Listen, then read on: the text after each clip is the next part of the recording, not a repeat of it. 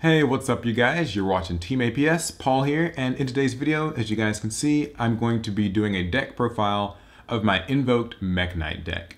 So this is a deck that I've been playing for quite a while now, actually. You guys might not have known, but yeah, it's really fun. It's a pretty standard kind of meta deck. It's not one of the best, but it is competitively viable.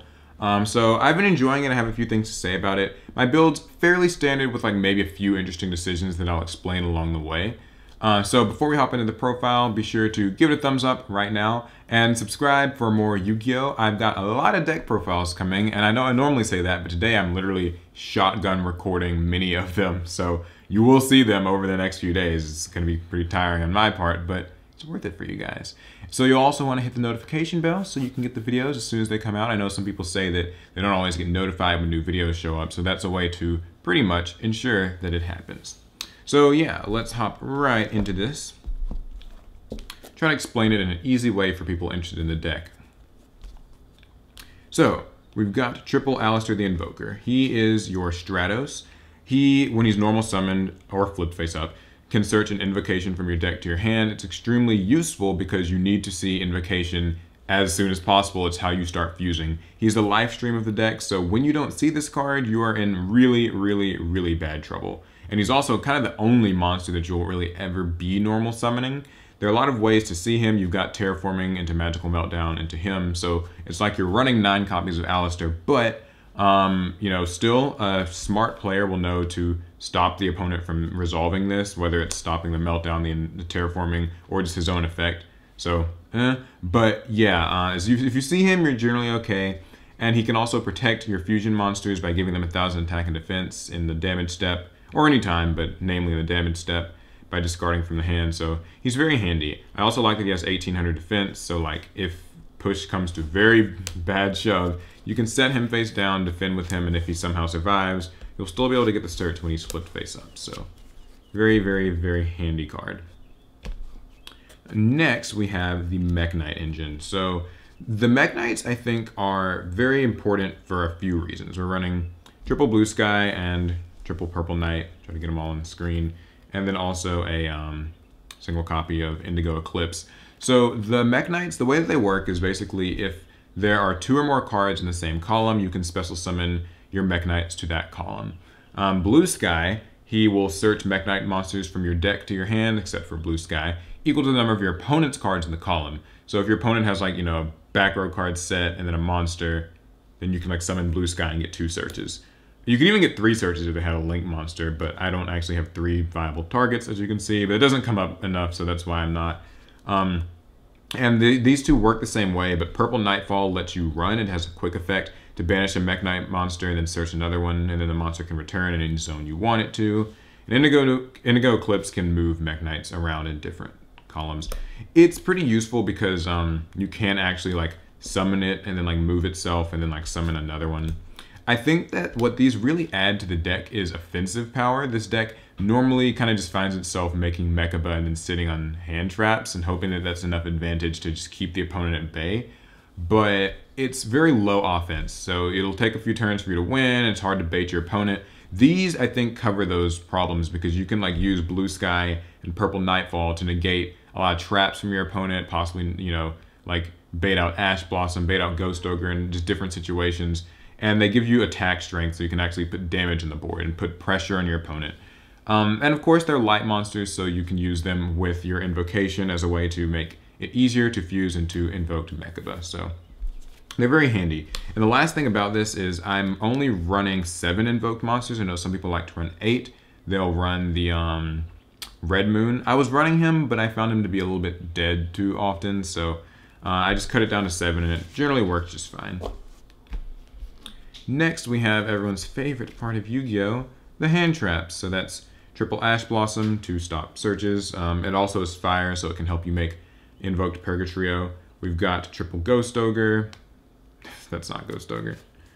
Triple Ghost Ogre, triple Gamma, since it's not really a secret anymore, along with the driver that goes with it. So yeah, these are hand traps. You know, love them or hate them, they're what you need to survive. This deck really doesn't do any other normal summoning or anything like that, so you've got plenty of space to run them. I mean, even before the Mekk-Knights came out, the popular way to run this deck was by just using, you know, like 12 hand traps. So here we've only got 9 and the driver. They do their thing. Ideally, you'll want to use these hand traps like before you use Invocation, so that way the light attribute can come into play, and like I said, the fire attribute. But either way, you'll probably have to use something from your hand. That's kind of when this deck struggles, is when you don't get to get your free Invocation plays. But yeah, you want to see your hand traps. You want to stop your opponent. Do the things. Hopefully none of them will get like banned or limited. We'll see. Next, we've got Invocation. So this is it's Invocation. Like if you know Invoked Decks, you kind of know how it works. You will be namely using Alistar. You want Alistar to be in your grave if you can, from like a Spellbook of Knowlege or something like that, and maybe something else that's in your grave, like a used Ghost Ogre, or used Gamma, used Mekk-Knight. So that way you can make Mekka, and then you can return this from your grave to the deck and shuffle a banished Alistar back, or add it back to your hand, shuffle this back into the deck.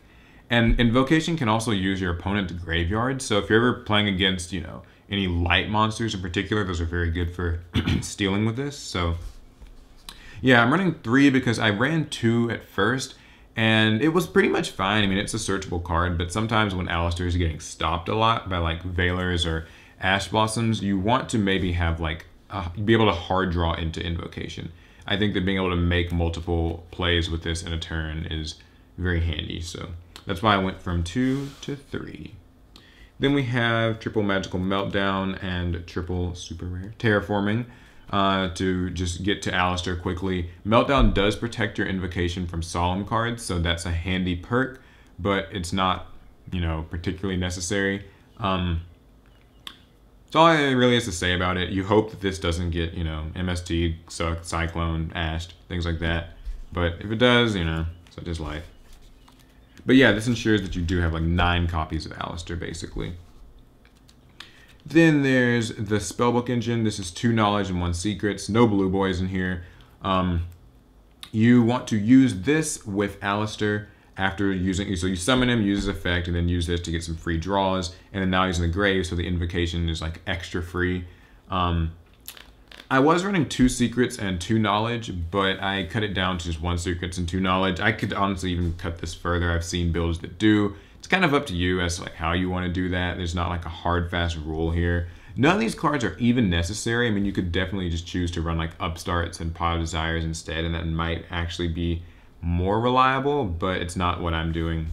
I may try it out though. And some other useful spells. We have Mind Control. And, well, I'll talk about Mind Control first. So, it's powerful, came off the ban list pretty recently. This is good because it lets you steal problem monsters and swing over, like, swing at your opponent through them. You can steal monsters and link them away because of link monsters. This is extremely powerful for that. And you can even, like, fuse with them in some situations. So, there's a lot that this deck can do with Mind Control. It's a very strong power card, and you do want to save it. That said, though, if you don't have Invocation, then this typically becomes a little bit obsolete. And triple Scapegoat. Hopefully this card won't get limited or banned, but if it does, it sucks. For now though, it's really handy for being able to make link monsters. This deck needs to be able to make like, Decode Talker or some kind of way to get some link arrows, so that way you can make more than 1 Mekka, or like Mekka and another boss monster, because 1 Mekka alone really isn't like all that strong. So you just use this in the end phase. You've got your link spiders and proxy dragons and stuff. You can make, Borload or Decode Talker and extend your field, out things, add some more offensive power to the deck. And then the last 2 cards are Raigeki and Pot of Desires. These could probably be other things if you wanted them to be, but it's kind of up to you. Just field clearing, a little bit more draw power. And then finally, the extra deck, we've got triple Invoked Mekka.